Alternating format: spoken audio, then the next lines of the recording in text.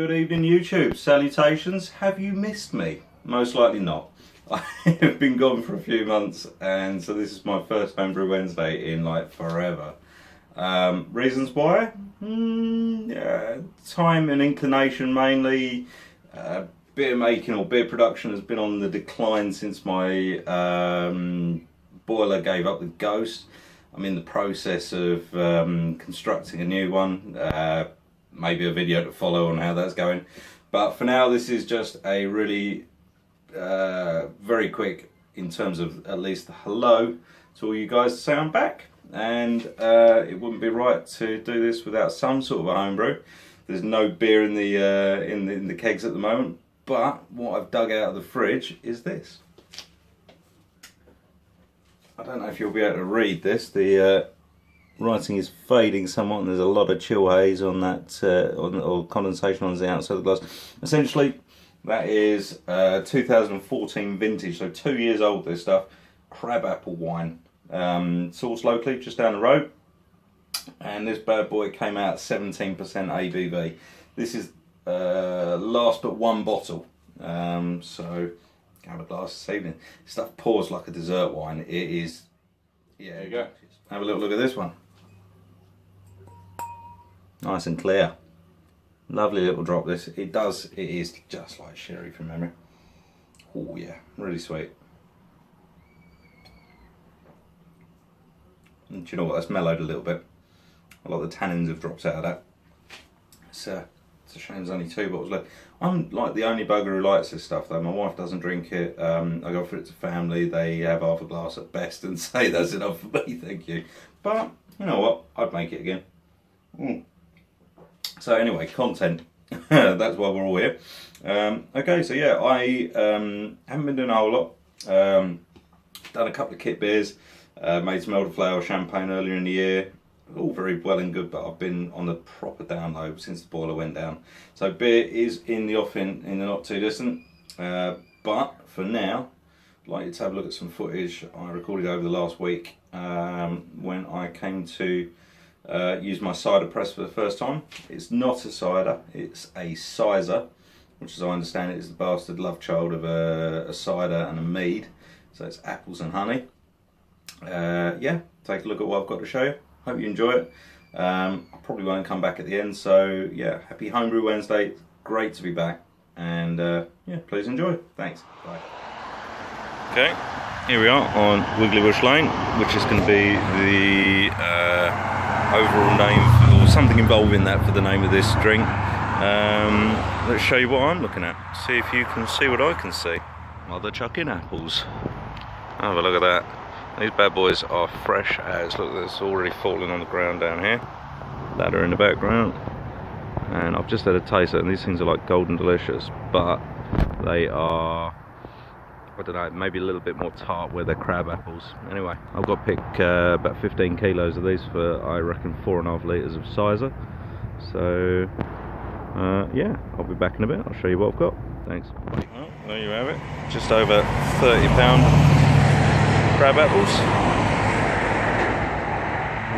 Or just under, I should say. But the bag is at breaking point, so... these are the washed apples.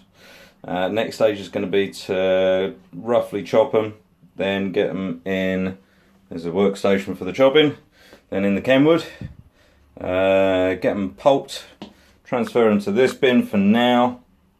Once the lot's done, I can then get on and get the press out and juice them. Okay, stage 3, 4, filled the press up. It's full of these bits of apple that are fast going brown. So I'm going to put together the rest of the components, the wooden sort of crescent panel that goes in there. So let's crack this bad boy into action. Okay, looking good. I haven't got any flow yet, so there's a bit more pressure on it. There we go. I don't think that's anything breaking, so hopefully not. Here we go. Right, yeah, so getting a bit more than a dribble coming off there.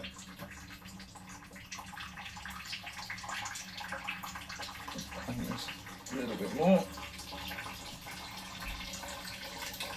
Yeah, there we go. So you rejoin me at the end of what's been a few hours process. That's not a lot of apple juice for quite a lot of effort and quite a lot of apples. But, you know, this is what we were letting ourselves in for. So I was aiming for 4.5 litres according to the recipe, which, should you care to see more, is over here. On the left of the page, ignore the bit about beetroot. This book is, just give you some idea of where I'm coming from. You may have all seen this before, I don't know, but this book's fantastic. If you like foraging for stuff and, you know, hedgerow wines and all kinds of crazy stuff, but it's really good fun. Some of the recipes I've done have been very, very pleasant. So booze for free, thoroughly recommend it. Little plug. But yeah, back to it. This is the, I've got about, I think about, I don't know, somewhere between 3.8 and 4 litres of apple juice there, based on how much of the demijohn is full. All that remains now, I want to kill the bacteria in it and any wild yeast. So here, Camden tablets. Going to bust up one of these bad boys, put that in there, and then I think, according to what I've read up, leave it about 48 hours before sort of do the next process. So yeah, that's what I'm going to do, and that's where I am.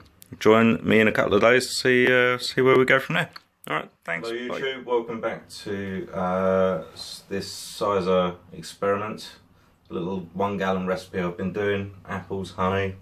2 days ago I did all the pressing, and you'll have seen the footage by now that involved.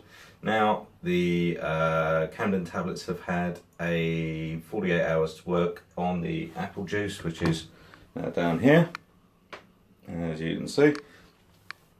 And yeah, we're going to add some honey to it, some spices, all things nice, and see what we can come up with. So as it stands at the moment, we have just over, well, I think it's just over 1 kilo of honey in warm water. That is going to make it runnier, I guess.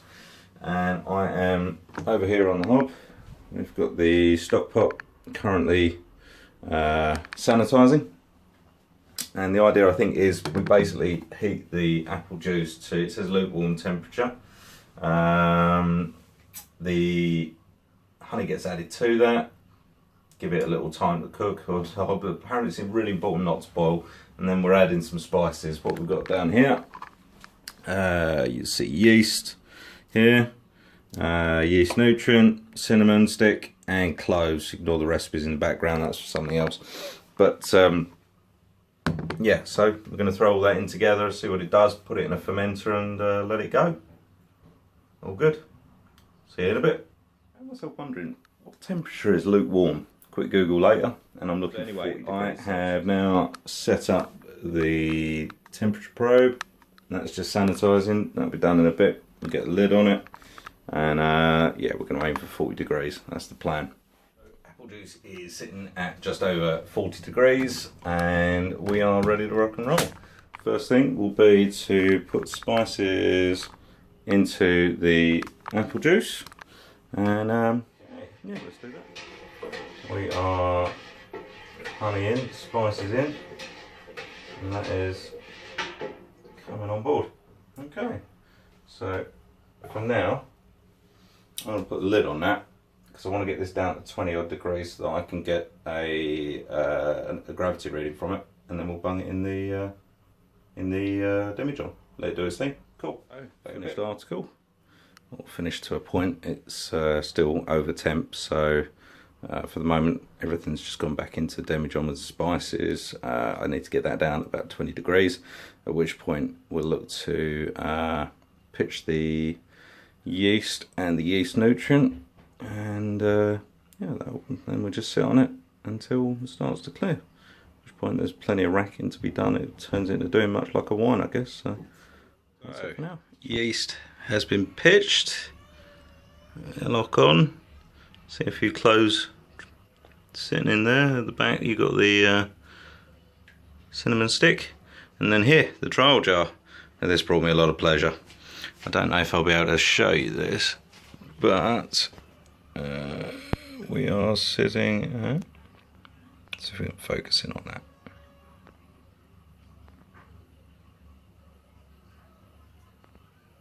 Well, you're going to just have to trust me when I say that the gravity on this is 1-1.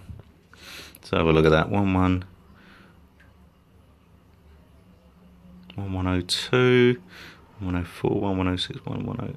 I'm going to say 1108. So that's nice and high. This is going to be like rocket fuel when this finishes, I think. So yeah, we're saying 1108. Fantastic. Booze to have in a year or so's time. I'm going to drink this trial jar, which I expect to be sort of aptly honey sweetness.